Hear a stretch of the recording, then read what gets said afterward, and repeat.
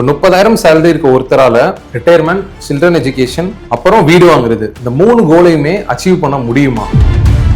அதாவது வீடு வாங்குறத கொஞ்சம் தள்ளி போடுறது நல்லது. அதுக்காக இன்னைக்கு இஎம்ஐ, டவுன் பேமெண்ட் இன்வெஸ்ட் பண்ணி அதுக்காக ப்ரிப்பேர் பண்றது நல்லது.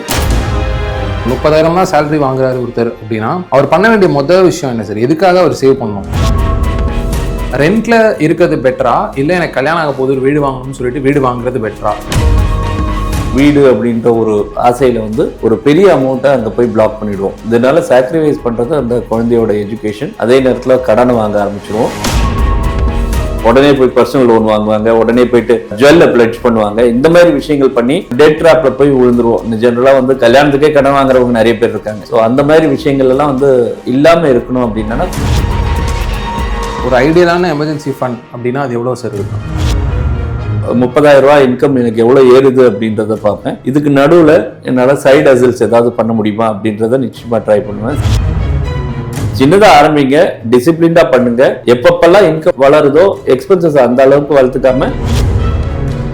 வணக்கம் சார். வணக்கம் சார். நம்ம சப்ஸ்கிரைபர்ஸ்ல நிறைய பேரோட சேலரி 30,000 கிட்ட அப்படிதான் இருக்கு, 25,000 கூட சொல்லலாம். பட் நம்ம 30,000 எடுத்துக்கலாம் சார். இப்போ 30,000 சேலரி இருக்க ஒருத்தரால ரிட்டையர்மெண்ட், சில்ட்ரன் எஜுகேஷன், அப்புறம் வீடு வாங்குறது, இந்த 3 கோலையுமே அச்சீவ் பண்ண முடியுமா, இல்ல ஏதாவது ஒரு கோலை சாக்ரிஃபைஸ் பண்ணி தான் ஆகணுமா? இம்பார்ட்டண்டா கேட்டீங்கன்னா, இன்னைக்கு நம்ம ஒரு சிட்டியில இருக்கிறோம். இன்னைக்கு இருக்கிற விலைவாசிகள், இந்த விஷயங்கள் எல்லாம் பாத்தீங்கன்னா ஏதாவது 2 கோலை ப்ரியாரிட்டியா எடுத்துக்கிறது ரொம்ப ரொம்ப நல்லது. ஸோ இன்னைக்கு இருக்கக்கூடிய இந்த 2-3 விஷயங்கள் நீங்க சொன்னதுல இருந்து ரிட்டையர்மெண்ட் அண்ட் சைல்டு எஜுகேஷன், இது ரொம்ப இம்பார்ட்டண்டா ப்ரியாரிட்டியா எடுத்துக்கிட்டு ஹவுஸ் பர்ச்சேஸ், வீடு வாங்குறத கொஞ்சம் தள்ளி போடுறது நல்லது. அதுக்காக இன்னைக்கு இஎம்ஐ, டவுன் பேமெண்ட் இன்வெஸ்ட் பண்ணி அதுக்காக ப்ரிப்பேர் பண்றது நல்லது. கொஞ்ச நாள் இது பண்ணுன்னா உங்க லைஃப் மகிழ்ச்சியா இருக்கும். அதே நேரத்தில் நீங்க ப்ரிப்பேர்டாகவும் இருப்பீங்க. சார், இப்போ 30,000 தான் சேலரி வாங்குறாரு ஒருத்தர் அப்படின்னா அவர் பண்ண வேண்டிய முதல் விஷயம் என்ன சார்? எதுக்காக அவர் சேவ் பண்ணணும்? ஃபர்ஸ்ட் விஷயம் எதை கோலா எடுத்துருக்கணும்? வீடு வாங்குறதையா, இல்ல அவங்க சில்ட்ரன் எஜுகேஷனுக்கு பிளான் பண்றதா, இல்ல ரிட்டையர்மெண்டா சார்? இது 3ல எதுக்கு ஃபர்ஸ்ட் அவங்க ப்ரியாரிட்டி கொடுத்து சேவ் பண்ணாங்க? ஸோ இன்னைக்கு ரொம்ப யங்ஸ்டரா இருக்கிறாங்க அப்படின்னா முதல்ல சைல்டு எஜுகேஷன். அவங்களுடைய சைல்டு எஜுகேஷனுக்கு ஃபர்ஸ்ட் ஒரு சேவிங் கார்பஸ் ஒரு அமௌண்ட்டை எடுத்து வச்சிடணும். அதுக்கப்புறம் அவங்களுடைய ரிட்டையர்மெண்ட்டுக்கு ஒரு அமௌண்ட்டை எடுத்து வச்சிடணும். 3வது விஷயமா அவருடைய ஹவுஸ் பர்ச்சேஸ், அந்த கோலை பார்த்துக்கலாம். நம்ம சொன்ன மாதிரி கொஞ்சம் அதை நீட்டி வைக்கிறது ரொம்ப ரொம்ப நல்லது. நிறைய நேரத்தில் நம்ம வீடு அப்படின்ற ஒரு ஆசையில ஒரு பெரிய அமௌண்ட்டை அங்கே போய் பிளாக் பண்ணிடுவோம். இதனால சாக்ரிஃபைஸ் பண்றது அந்த குழந்தையோட எஜுகேஷன். அதே நேரத்தில் கடனை வாங்க ஆரம்பிச்சிருவோம். கடனை வாங்க ஆரம்பிச்சிட்டோம்னா நம்மளுடைய ரிட்டையர்மெண்ட் லைஃப்ல இருக்கக்கூடிய கார்பஸை முதலே நம்ம யூஸ் பண்ற மாதிரி ஆயிடும். ஸோ இந்த மாதிரி விஷயங்கள் எல்லாம் நடக்கும்போது டெஃபினட்டா உங்களுடைய கார்பஸ் பெருசா இருக்காது ரிட்டையர்மெண்ட்டுக்கு. ஸோ ரிட்டையர்மெண்ட் ஸ்ட்ரகிளும் வரும். அதில் எந்த ப்ரியாரிட்டியா கொடுக்கணுமோ அதை கொடுங்க. 30,000 வாங்கிட்டு இருக்கீங்கன்னா அதே இன்கம்ல உங்களுடைய லைஃப் நிற்காது. ஏதோ ஒரு டைம்ல நீங்க அதிகமாக ஏர்ன் பண்ண ஆரம்பிப்பீங்க. அதிகமாக ஏர்ன் பண்ணும்போது அதிகமாக சேர்க்க ஆரம்பிங்க. அப்போ மற்ற கனவுகள் ஈஸியாக நடந்துடும். அதுக்கு முன்னாடி ப்ரியாரிட்டி அப்படின்றது ஏதாவது ஒரு 1 or 2ல ஃபோக்கஸ்டா இருங்க. நிச்சயமா லைஃப் மாறும், நம்பிக்கை. சார், இப்போ 30,000 சம்பளம் வாங்குற ஒருத்தரால மாசம் 5,000 சேமிக்க முடியுது அப்படின்னா அவர் என்ன நினைக்கிறாருன்னா, இந்த 3 கோலுமே எனக்கு இம்பார்ட்டன்ட், ரிட்டையர்மெண்ட்டும் இம்பார்ட்டன்ட், சில்ட்ரன் எஜுகேஷனும் இம்பார்ட்டன்ட், அதே மாதிரி வீடு வாங்குறது எனக்கு இம்பார்ட்டன்ட்னா இந்த 5,000 பிரிச்சு எப்படி சார் இன்வெஸ்ட் பண்றது?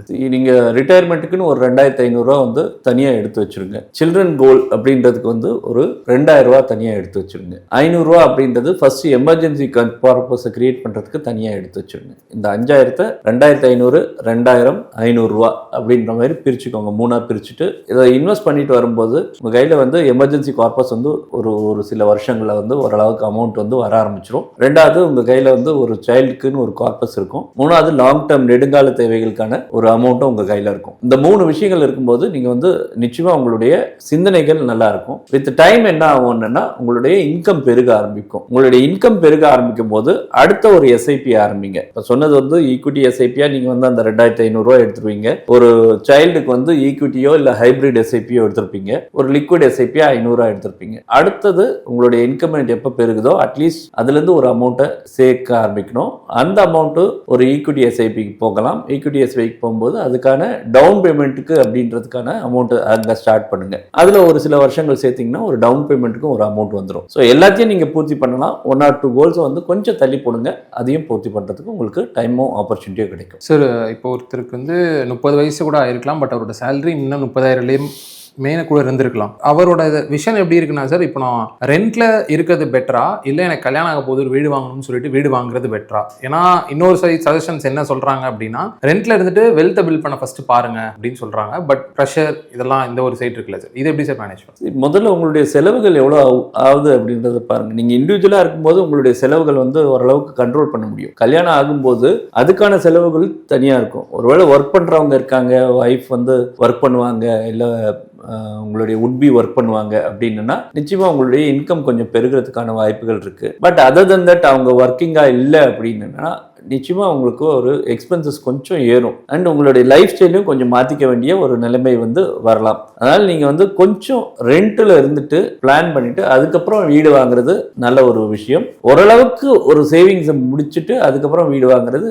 ஒரு பெட்டரான இது. அதர்வைஸ் டெட் ட்ராப்ல போய் விழுந்துருவோம். ஜென்ரலாக வந்து கல்யாணத்துக்கே கடன் வாங்குறவங்க நிறைய பேர் இருக்காங்க. ஸோ அந்த மாதிரி விஷயங்கள் எல்லாம் வந்து இல்லாமல் இருக்கணும் அப்படின்னா கொஞ்சம் திங்க் பண்ணிட்டு அதுக்கான விஷயத்தை போஸ்ட்போன் பண்ணீங்கன்னா நல்லா இருக்கும். சார் 30,000 சம்பளம் வாங்குற ஒருத்தருக்கு ஒரு ஐடியலான எமர்ஜென்சி ஃபண்ட் அப்படின்னா அது எவ்வளோ சார் இருக்கும்? 30,000 சம்பளம் வாங்குற ஒருத்தருக்கு வந்து ஐடியலாக வந்து ஒரு 1.8 lakhs ஆச்சும் இருக்கணும். அதாவது 6 மாதத்துக்கான தேவைகளுக்கு வந்து எமர்ஜென்சி ஃபண்ட் இருக்கணும். இந்த எமர்ஜென்சி ஃபண்டை நீங்கள் ரெகுலராக ஒரு டிசிப்ளின்டாக சேர்க்க ஆரம்பிக்கணும். நீங்கள் மாதம் 5,000 சேர்க்கலாம், 10,000 சேர்க்கலாம், இல்லை உங்களுக்கு 2,000 தான் சர்ப்ளஸ் இருக்குன்னா 2,000 சேர்க்கலாம். பட் இந்த ஓவரா பீரியட் ஆஃப் டைம் பில்ட் பண்ணிட்டு வந்தீங்கன்னா அந்த 1.8 lakhs வர வரைக்கும் நீங்கள் வெயிட் பண்ணணும். உங்களுடைய இன்கம் எப்பப்பெல்லாம் ஏறுதோ அதுலேருந்து இன்டூ 6 போட்டுக்கோங்க. 30,000 இருக்குது, 40,000 ஆயிடுச்சுன்னா இன்டூ 6 2.4 lakhs உங்களுடைய கோல் வந்து அதுக்கேற்ற மாதிரி நீங்கள் மாற்றிக்கணும். பட் ஒன்ஸ் நீங்கள் எமர்ஜென்சி ஃபண்டை சேர்க்க ஆரம்பிச்சிட்டிங்கன்னா பதப்பதைப்புன்னு சொல்லுவாங்க. அதாவது உங்களுடைய ஆங்ஸைட்டி நிச்சயமாக வராது. ஏதாவது ஒரு கலாமிட்டி வருது அப்படின்னா நீங்கள் வந்து மற்றவங்களோட ரொம்ப தெளிவாக இருப்பீங்க. அந்த விஷயத்தில் உங்களுக்கு ஒரு டிசிஷன் எடுக்கக்கூடிய தெளிவு எப்பயுமே இருக்கும். எங்கே வந்து யாருக்கு பிரச்சனை வரும் அப்படின்னு பார்த்தீங்கன்னா, நிறைய பேருக்கு பிரச்சனை வர்றது வந்து எப்போ வந்து எக்ஸாக்டாக அமௌண்ட்டை வந்து நம்ம வந்து கரெக்டாக இன்வெஸ்ட் பண்ணிட்டோம், அதுக்கப்புறம் நம்ம கையில் சர்ப்ரைஸே இல்லை, மீதி இருக்கிறத செலவு பண்ணிட்டோம் அப்படின்னு பார்க்குறாங்க.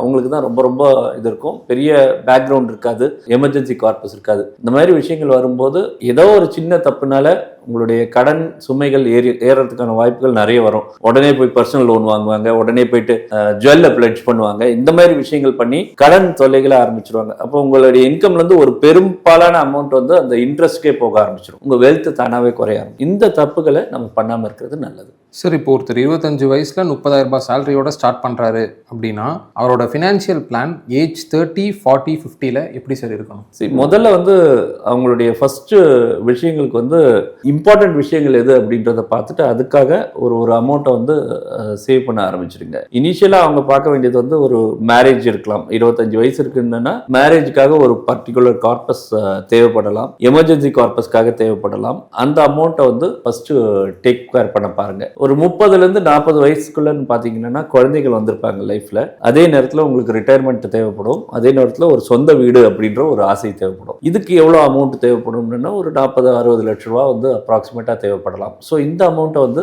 எப்படி பண்ணணும் அப்படின்றது ஒரு பிளான்டாக பண்ண பாருங்க. முதல்ல சின்னதாக ஆரம்பிச்சிங்கனாலும் இன்க்ரிமெண்டல் எஸ்ஐபிஸ் வரும்போது பெரிய பெரிய அமௌண்ட்டையே கூட உங்களால் ரீச் பண்ண முடியும். அதுக்கான வழிகள் நிறைய இருக்கு. சின்னதாக ஆரம்பிங்க, டிசிப்ளின்டாக பண்ணுங்க. எப்பப்பெல்லாம் இன்கம் வளருதோ எக்ஸ்பென்சஸ் அந்த அளவுக்கு வளர்த்துக்காம உங்களுடைய இன்க்ரிமெண்டல் எஸ்ஐபிஸை அதிகப்படுத்துங்க. இது பண்ணும்போது உங்களுடைய கோல்ஸை நீங்க வந்து பக்கத்தில் ரீச் பண்ணிடுவீங்க. அடுத்த பீரியட் அப்படின்னும் போது ஒரு 40லேருந்து ஒரு 60 வயசுக்குள்ள இருக்கக்கூடிய அந்த பீரியட்ல வந்து மெயினாக நீங்கள் வந்து வீடு வாங்கிட்டீங்க அப்படின்னா அடுத்த கோல் வந்து உங்களுடைய ரிட்டையர்மெண்ட் ஆர் உங்களுடைய பசங்களோட படிப்பு ஆல்மோஸ்ட் கிராஜுவேஷன் வந்து முடிஞ்சிடும். ஸோ இந்த டைமில் உங்களுக்கு ரிட்டையர்மெண்ட் தான் பெரிய கோலாக இருக்கும். அப்போ ஒரு 1.5, 1.8 crores அந்த மாதிரி ஒரு ரிட்டையர்மெண்ட் கார்பஸ் இருந்ததுன்னா ரொம்ப நல்லா இருக்கும். நீங்கள் சைட் பை சைட் கொஞ்சம் பண்ணிட்டு வந்திருப்பீங்க. அதை நீங்கள் ரிவ்யூ பண்ணி எப்படி அட்ஜஸ்ட் பண்ணணுமோ பார்த்தீங்கன்னா உங்களுடைய சேவிங்ஸை நீங்கள் அலைன் பண்ணலாம். ஃபார் எக்ஸாம்பிள், இப்போ குழந்தைங்க படித்து முடிச்சுட்டாங்கன்னா அவங்களுக்கு அதுக்கு மேலே வந்து நீங்கள் செலவு பண்ண போகிறதில்ல. அந்த போர்ஷன் ஆஃப் இஎம்ஐ ஆர் அந்த போர்ஷன் ஆஃப் செலவுக்கு ஃபீஸ் எல்லாம் இருக்கும் இல்லையா, அதை நீங்கள் உங்களுடைய ரிட்டையர்மெண்ட்டுக்கு சார்ஜஸ் பண்ண முடியுமா பாருங்க. ஸோ எவ்ரிதிங் அது முடிஞ்சதுன்னா அதை அப்படியே செலவுகளுக்கு எடுத்துகிட்டு போகாமல் நீங்கள் உங்களுடைய இன்வெஸ்ட்மெண்ட்டுக்கு எடுத்துகிட்டு வந்தீங்கன்னா உங்களுடைய கோல்ஸ் வந்து ஈஸியாக அச்சீவ் பண்ணும். சார், இப்போ எப்பெல்லாம் என்னோட சேலரி இன்க்ரீஸ் ஆகுதோ அப்பெல்லாம் என்னோட இன்வெஸ்ட்மெண்ட்டையும் நான் இன்க்ரீஸ் பண்ணணுமா, இல்லை ஃபர்ஸ்ட் என்னோட லைஃப் ஸ்டைல் அப்கிரேட் பண்ணிட்டு அதில் என்ன ரிமைனிங் இருக்கோ அதை இன்வெஸ்ட் பண்ணுறது பெட்டர் ஆப்ஷன் சார்? ஆன்சர் ரொம்ப சிம்பிளான ஆன்சர் தான். முதல்ல உங்களுடைய இன்க்ரிமெண்ட் வந்த உடனே உங்களுடைய இன்வெஸ்ட்மெண்ட்டை இன்க்ரீஸ் பண்ணிடுங்க. இன்க்ரிமெண்ட் வருது அப்படின்னா எவ்வளோ பண்ணலாம் அப்படின்றத நிறைய பேர் என்கிட்ட கேட்டிருக்காங்க. ஜென்ரலாக நான் சொல்லுவேன், உங்களுடைய இன்க்ரிமெண்ட் எவ்வளோ வருதோ அதுலேருந்து 50% ஆஃப் த அமௌண்ட்டை வந்து உங்களுடைய இன்க்ரிமெண்டல் எஸ்ஐபியாக மாற்றிடுங்க அப்படின்னு. ஏன்னா உங்களுடைய வாழ்க்கை தரத்தை நீங்கள் மாற்றிட்டீங்க அப்படின்னா அதுலேருந்து கீழே இறங்கி வர்றது கஷ்டம். அதே நேரத்தில் நீங்கள் ஒரு எஸ்ஐபியே நீங்கள் செலவாக பார்க்க ஆரம்பிச்சிட்டிங்கன்னா அப்படின்னா ஃபியூச்சர் லைஃப் ஸ்டைல் நிச்சயமாக நல்லா இருக்கும். அதனால அதுக்கு ஃபர்ஸ்ட் ப்ரியாரிட்டியை கொடுத்துருங்க. மீதி 50% நீங்கள் செலவில் இம்ப்ரூவ் பண்ணுறீங்களோ இல்லை உங்கள் வாழ்க்கை தரத்தை இம்ப்ரூவ் பண்ணுறதுக்காக ஏதாவது இன்வெஸ்ட் பண்ணுறீங்களோ அந்த விஷயங்களை நீங்கள் பார்த்துக்கலாம். சரி, இந்த வீடியோலையும் கடைசியாக உங்களை வச்சு தான் அந்த கொஸ்டினும் கேட்டிருக்காங்க. இப்போ உங்கள்கிட்ட 30,000 ரூபாய் இருக்குது அப்படின்றப்போ ஒரு குழந்தையும் இருக்காங்க, உங்கள்கிட்ட ஒரு வீடு இல்லை, சேலரி 30,000 தான் அப்படின்னா உங்களோட ரிட்டையர்மெண்ட்டுக்கும் சரி சைல்டு எஜுகேஷனுக்கும் சரி நீங்கள் ஒரு வீடு வாங்கணும்னு நினைக்கிறீங்கனாலும் சரி எப்படி பிளான் பண்ணுவீங்க? ஸ்க்ராட்ச்லேருந்து எப்படி ஸ்டார்ட் பண்ணுவீங்க?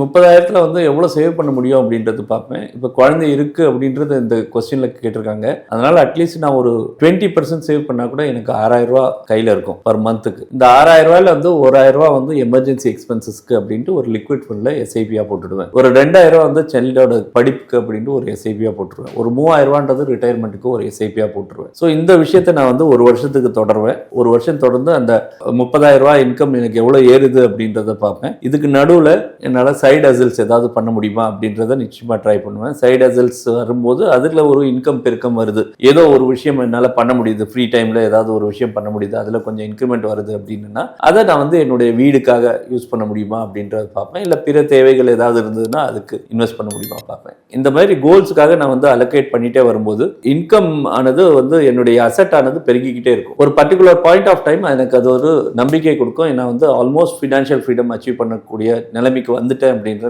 நம்பிக்கை கொடுக்கும். அந்த டேட்ல நான் பெரிய டிசிஷன்ஸ் வேற ஏதாவது எடுக்க முடியுமா அப்படின்றத அன்னைக்கு கன்சல்ட் பண்ணி நிச்சயமா எடுப்பேன். ஓகே சார், ரொம்ப நன்றி. நன்றி.